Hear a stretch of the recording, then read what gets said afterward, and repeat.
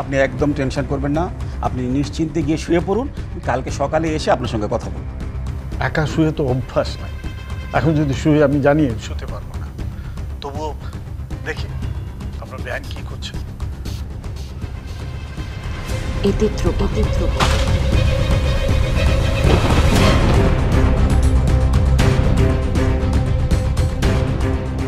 ঠাকুর কিন্তু একটা কথা মনে রেখো, জেদ কিন্তু ভালো না। আমাকে কেউ তাবিজ করেনি। এতদিন আমি তোমাদের কথা শুনেছি, তোমাদের কথা মতো চলেছি। এখন থেকে আমি আমার কথা শুনবো, আমি আমার নিজের মতো চলব। সত্যি স্যার? আমি আবার পড়তে পারবো? হ্যাঁ পারবে, কিন্তু তোমাকে সাবধান করে দিচ্ছি, ভবিষ্যতে এরকম গর্হিত কাজ আর করবে না। এরকম গর্হিত কাজ করলে শিক্ষকদের উপর মানুষের আস্থা হারিয়ে ফেলবে। শিক্ষক হচ্ছে ছাত্র জীবনের পথদ্রষ্টা, ছাত্র জীবনের ত্রাণকর্তা। তাদের বিরুদ্ধে এই জাতীয় কাজ করলে এটা একটি অলঙ্ঘনীয় অপরাধ। পড়াশোনা করতে এসেছো, পড়াশোনা করবে। অন্যের প্ররোচনায় নিজের জীবনকে ধ্বংসের দিকে ঠেলে দিও না।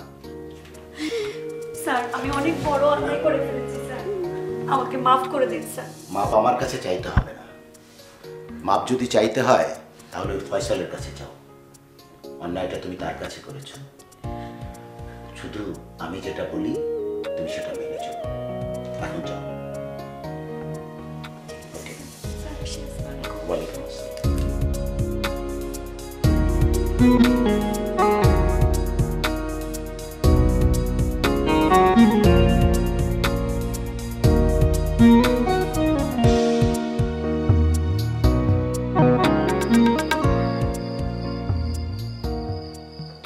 মা,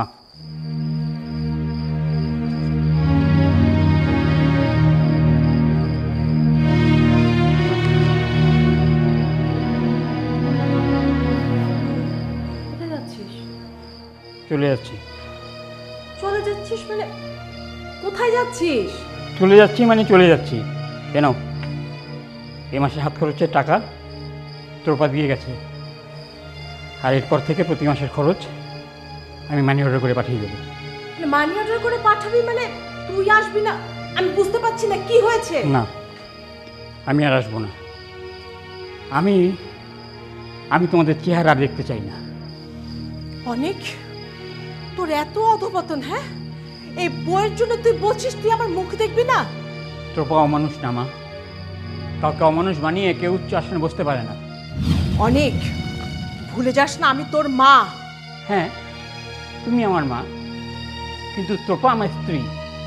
আমার উপর তোমার যেমন অধিকার আছে, তোপারও তেমনি আমার উপর অধিকার আছে। আর তুমি তুমি সে অধিকার রাখতে দাওনি, তুমি সে অধিকার কেড়ে নিয়েছো, তোপাকে বের করে দিয়েছো। এরকম মেয়ে থাকার চেয়ে না থাকাই ভালো। আশ্চর্য, তুই এরকম একটা মেয়ের জন্য তোর মাকে তুই ভুলে যাচ্ছিস, তুই বোনকে ভুলে যাচ্ছিস। আমি তো কিছু বুঝতে পারছি না। অনেক না, ভুলে যায়নি তো, কিন্তু যে বাড়িতে তোপা থাকবে না সে বাড়িতে আমার থাকার কোনো ইচ্ছে নেই। কিন্তু একটা অলক্ষণে মেয়ের জন্য তুই তো আমার সাথে এভাবে ব্যবহার করতে পারিস না। তুই এত নিচে নেমে গেলি। হ্যাঁ, আমি নিচে নেমে গেছি এবং তুমি আমাকে নিচে নামিয়েছো। তুই আমাকে এভাবে দোষারোপ দিচ্ছিস অধীর? তুই আমাকে এভাবে দোষারোপ দিচ্ছিস? এই তোর লজ্জা করছে না? একটুকু একটুকু লজ্জা করছে না? না, কোনো লজ্জা করছে না, কারণ আমি কোনো কিছু ভুল করিনি। আমার এই অধপতনের জন্য তুমি দায়ী। লজ্জা পেলে, কষ্ট পেলে তোমারই পাওয়া উচিত। অনেক, তুই কিন্তু আমাকে শাস্তি দিচ্ছিস। শাস্তি কেন হবে? আমাকে ছাড়া তোমরা ভালোই থাকবে। যা যা যা, তোর যেদিকে দু চোখ যায় তুই যা, চলে যা। দুদিন পরে এই মায়ের আঁচলের নিচে আসবি, তার জন্য অপেক্ষায় থাকলাম। যা, তোর যেখানে খুশি তুই চলে যা। মাকে কষ্ট দিয়ে যাচ্ছিস তুই যা। না মা, আসবো না। আমার জন্য তোমাকে চিন্তা করতে হবে না, অপেক্ষাও করতে হবে না। শুধু অপেক্ষা করতে হবে টাকার, সেটা আমি মাস গেলে ঠিক সময় পাঠিয়ে দেবো। কি বললি তুই? তুই কি বললি? আমি টাকার জন্য অপেক্ষা করি? তুই এত বড় কথা তুই তোর মাকে বলতে পারলি অদিন? তুই কখন থেকে যা মনে আছে তুই তাই বলে যাচ্ছিস। শেষমেশ তুই আমাকে টাকার খোটা দিলি। অনেক টাকার খোটা দিলি তুই। হ্যাঁ হ্যাঁ মা, বলতে পারলাম, কারণ আমি তোমার কাছে টাকা তৈরির মেশিন ছাড়া আর কিছুই ছিলাম না। টাকা দিলে ভালো, আর টাকা না দিতে পারলে খুব খারাপ। তোরপা টাকা নিয়েছিল বলে তুমি আমার সাথে কম দুর্ব্যবহার করেছিলে, গালিগালাজ করেছো, কথা বলা বন্ধ করে দিয়েছো। তখন কি তোমার একবারও মনে হয়নি আমি তোমার স্নেহের ছেলে?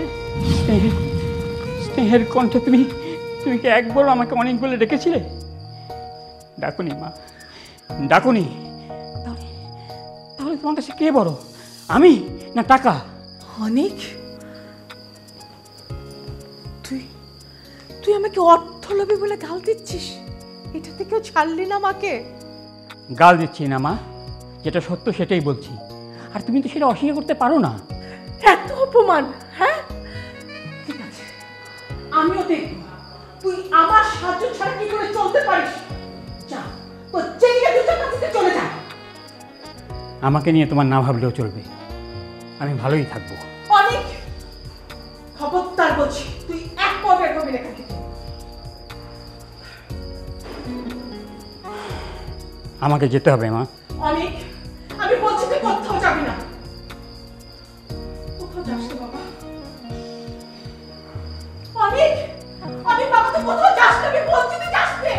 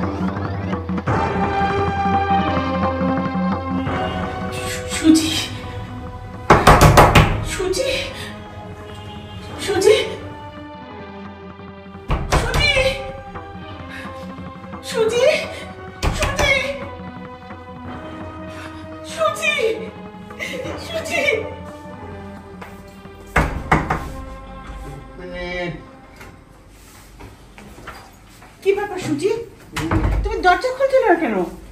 না, শরীরটা একটু ভালো লাগছিল, আমি ওয়াশরুমে ছিলাম সেই জন্য। কি আশ্চর্য, আমি তো ভয় পেয়ে গেছিলাম। কি হয়েছে তোমার? না কিছু না, এমনি জাস্ট একটু খারাপ হয়েছে। আচ্ছা তুমি একটা কাজ করো, 2 মিনিট ওয়েট করো, আমি চেঞ্জ করি, তারপর আমরা বের হয়ে যাবো। কি বলছো তুমি? তোমার শরীর খারাপ লাগছে আর তুমি বাইরে যাওয়ার চিন্তা করছো? আরে বাবা, এটা এমন কিছু না বললাম তো। আর তাছাড়া রেস্টুরেন্টের টেবিল বুক করা আছে, চলো তো। শোনো, বাইরে যাওয়ার প্ল্যান সব চলে যাক, আগে তুমি সুস্থ হও, তারপর ওসব চিন্তা করা যাবে। তেমন কোনো অসুস্থ আমি না। সুজি, তুমি আমার কথা শোনো, তুমি আসো, তুমি বসো। আমার কোনো ঘুরতে যাওয়ার দরকার নেই, বসো বসো বসো। শো তুমি। আরে আমি বললাম তো আমার তেমন কিছু হয়। তোমাকে আমি বলছি শো তুমি।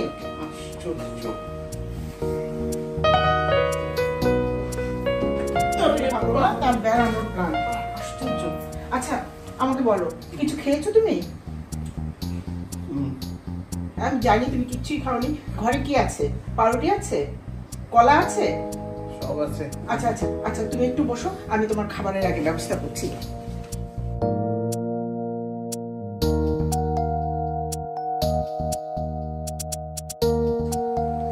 আরে কি করো? কিচ্ছু লাগবে না বললাম তো। তুমি চুপ করে থাকো ওখানে, বেশি বেশি। আমি এখন দুধ টুধ খেতে পারবো না।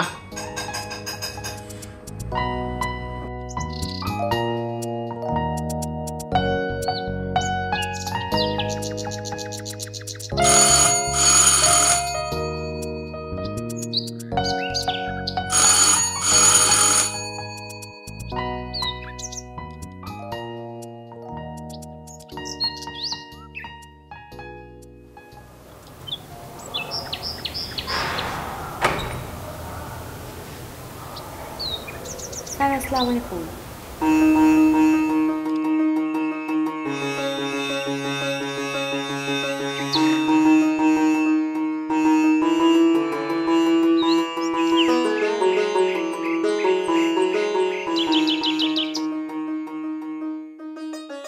তুমি এখানে কেন এসছো?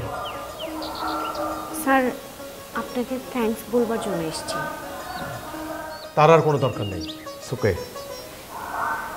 স্যার আমাকে ক্ষমা করবেন, আমি আপনার সঙ্গে যত বড় অপরাধ করেছি, আপনি অনেক বড় একজন মনের মানুষ, যার কারণে তো আপনি আমার রাশ টিকিট উঠিয়ে নিয়েছেন। প্রভাব, এসব কিছুই লাগবে না। তুমি একজন স্টুডেন্ট, তুমি তোমার দায়িত্ব ঠিকমতো পালন করো, তাতেই হবে। আর একটা কথা, অন্যের প্ররোচনায় কখনো নিজের জীবনটাকে বিপন্ন করো না। আমি আর আমার নিজেকে নিয়ে ভাবি না স্যার, অথৈ তল থেকে উঠে এসেছি। আপনি আমাকে উঠিয়ে নিয়ে এসে আমাকে নতুন প্রাণ দিয়েছেন। জীবনে তো সব কিছু শেষ হয়ে গিয়েছিল, শুধু বেঁচে থাকাটা ছাড়া। যেই আমি আপনাকে এত বড় বিপদে ফেলে দিয়েছিলাম, সেই আপনি আমাকে এত বড় উপকার করলেন, আমাকে রাশ টিকিট থেকে বাঁচিয়ে দিলেন। আপনি যদি আমাকে ক্ষমা না করেন, আমার বেঁচে থাকাটাই বৃথা। আপনাকে দেখাবার মুখ আমার নেই। তারপরেও স্যার আমাকে ক্ষমা করে দিবেন, আমি হাত জোড় করছি স্যার, আমাকে ফেরাবেন না স্যার। আমি মুখে বললে কি সে ক্ষমাটা হয়ে যাবে? ক্ষমাটা বাইরের না ত্রপা, ক্ষমাটা ভেতরের। আমি তোমাকে মুখে যতই বলি না কেন ক্ষমা করেছি, আসলে ভেতর থেকে কখনো সেই ক্ষমাটা আসবে না। তুমি আমার জীবনের পুরো রূপটাই পাল্টে দিয়েছো। আমার ক্যারিয়ার, আমার জীবনবোধ, আমার বর্তমান, ভবিষ্যৎ সবকিছু তুমি ওলট পালট করে দিয়েছো। মন থেকে আমি কোনো দিনও তোমাকে ক্ষমা করতে পারবো না। একজন শিক্ষক হিসাবে আমি শুধু আমার দায়িত্ব পালন করেছি। একজন স্টুডেন্ট যাতে তার পড়াশোনা শেষ করে জীবনটাকে গড়ে তুলতে পারে, সেজন্য আমি তোমার রাশ টিকিট রহিত করেছি, যাতে তুমি তোমার ক্যারিয়ারটাকে বিল্ড আপ করতে পারো। শুধু কি স্যার ক্যারিয়ার বিল্ড আপ করলেই হবে? এই মুহূর্তে আমার কোথাও থাকার জায়গা নেই, আমি ইউনিভার্সিটি থেকে বিতাড়িত, আমার বন্ধু বান্ধব কেউ আমাকে ভালো চোখে নিচ্ছে না, আমার কোনো জায়গায় ঠাঁই নেই। আমার তো কোথাও যাওয়ার জায়গা নেই স্যার। এসবের জন্য তুমি নিজেই দায়ী। তাছাড়া এটা তোমার একান্ত ব্যক্তিগত ব্যাপার। এসব শুনে আমি কি করব? আমি আপনার কাছে করুণা চাইতে আসিনি স্যার,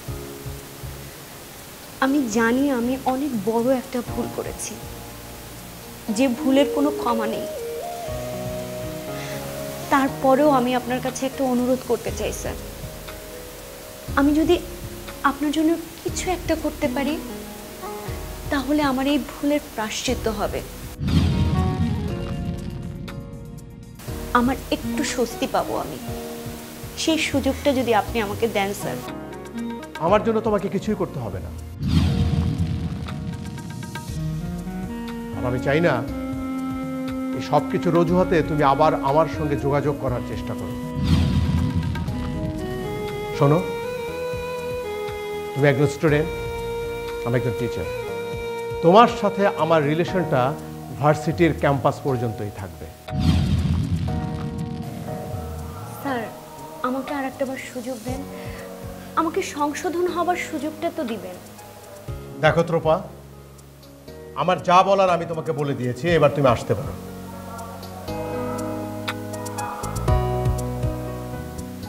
স্যার, যদি কখনো প্রয়োজন পড়ে আমাকে আরেকবার ডাকবেন। আশা করি এবার আমি আপনাকে কখনো নিরাশ করব না, আপনাকে কোনো মান সম্মান হানির কারণ হব না। তার আর কোনো দরকার হবে না, আমি সব কিছু ম্যানেজ করতে পারবো। প্লিজ তুমি এবার আসো, আসো।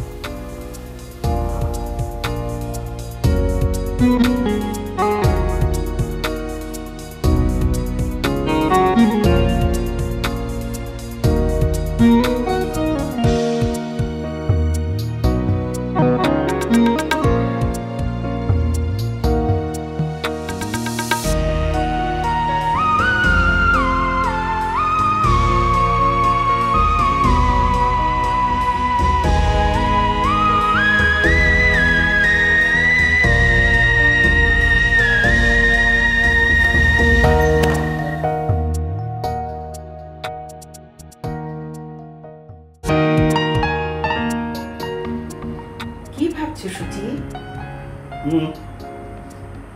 বলছি কি ভাবছো তো? না, ভাবছি যে এভাবে আর কোনোদিন একসাথে চা খাওয়া হবে কিনা সেটা। এটা কেমন কথা বললে? কেন হবে না? আচ্ছা রেবা, তুমি যদি শুনো যে হুট করে আমি একদিন মারা গেছি, তখন কেমন হবে? ভালো হচ্ছে না সুচি, তুমি চুপ করবে? আচ্ছা করো, আমি করি। আচ্ছা ও, তোমাকে একটা কথা বলা হয়নি। ওই যে আমি কিছু প্রপার্টিজের কথা বলেছিলাম না, তার মধ্যে একটা হচ্ছে লেদু ভাই আমাকে সিলেটে একটা চা বাগান কেনার জন্য হেল্প করেছিল। একটা চা বাগান আছে আমার সিলেটে। ও আচ্ছা, তাই নাকি? কই, এই কথা তুমি আমাকে তো আগে বলোনি।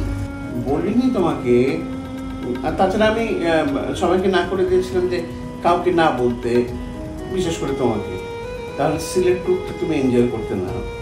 সেই জন্যই লেদু ভাইকে দেখলাম তোমার সাথে বেশ খাতির, তাই না? ও, আমরা যে রিসোর্টে উঠেছিলাম না, সেটাও কিন্তু লেদু ভাই আমাকে হেল্প করেছিল কেনার জন্য। ও আচ্ছা। আমার আরো দুটো রিসোর্ট আছে ওখানে। তোমাকে ওই প্রপার্টিজের কথা বলছিলাম না, এগুলোই হচ্ছে ওগুলো। এখান থেকে আমার বেশ কিছু টাকা আসে, আর আমেরিকাতে আমার যে বিজনেস আছে সেখান থেকেও অনেক টাকা আমার বাংলাদেশের অ্যাকাউন্টে জমা হয়। ওগুলো দিয়েই আমাদের কাজগুলো করা, আর বাকি যা আছে সেটা আমার ছেলের জন্য। হ্যাঁ, আমি সব কিছু দিয়েছি একদম ফ্রি। তুমি বারবার কেন এই কথা বলছো সুজি? তুমি কোথাও যাবে না, তোমার কোথাও যাওয়া হবে না, সারা জীবন তুমি আমার কাছে থাকবে। আমি তোমাকে আগলে রাখবো, থাকবে না সুজি? আমি তো থাকতেই চাই, কিন্তু রাখার ক্ষমতা কি তোমার আছে? সুজি, তোমার কি হয়েছে? শরীরটা কি বেশি খারাপ লাগছে? না, তেমন কিছু না। না মানে তুমি এমন করে কথা বলছো, এমন ভাবে আমার ভিতরে ভয় ঢুকিয়ে দিচ্ছ যেন তোমার সাথে আর আমার কোনো কথা হবে না, দেখা হবে না। কেন বলো তো? না, বললাম না তেমন কিছু না। আসলে আজকে না, মানে সকাল থেকে মনটা খুব অস্থির লাগছে। অনেক কিছু করতে ইচ্ছে হচ্ছে, অনেক কথা বলতে ইচ্ছে হচ্ছে, কিন্তু আবার কিছুই কিভাবে করবো কিছু কিছু বুঝতে পারছি না। একটা কথা বলি দেবা? হ্যাঁ বলো না। আজকে রাতটা, মানে অন্তত অনেক রাত পর্যন্ত থাকো আমার সাথে, একটু গল্প করি।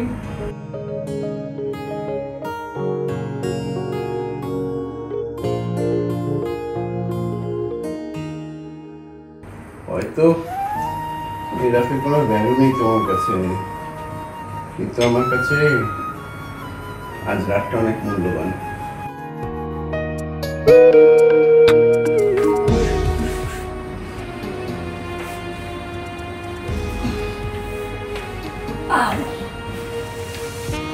এসব তুমি কি বলছো বাবা? মাকে ডিভোর্স দিবে? হ্যাঁ, ডিভোর্স দেব। কেন? আচ্ছা, মৃণাল সেই ছেলেটা না যার সাথে সীমানার গভীর প্রেম চলছিল? মনে হয়, কিন্তু আমার মনে হলো সেই সম্পর্কটা আগের মতো নাই, সবকিছু স্বাভাবিক মনে হলো। হোয়াট এভার, ওটা নিয়ে আমাদের মাথা ব্যথার কোনো কারণ নেই। এভাবে চলতে পারে না রিনা, এর চেয়ে ভালো সে চলে যাক, তার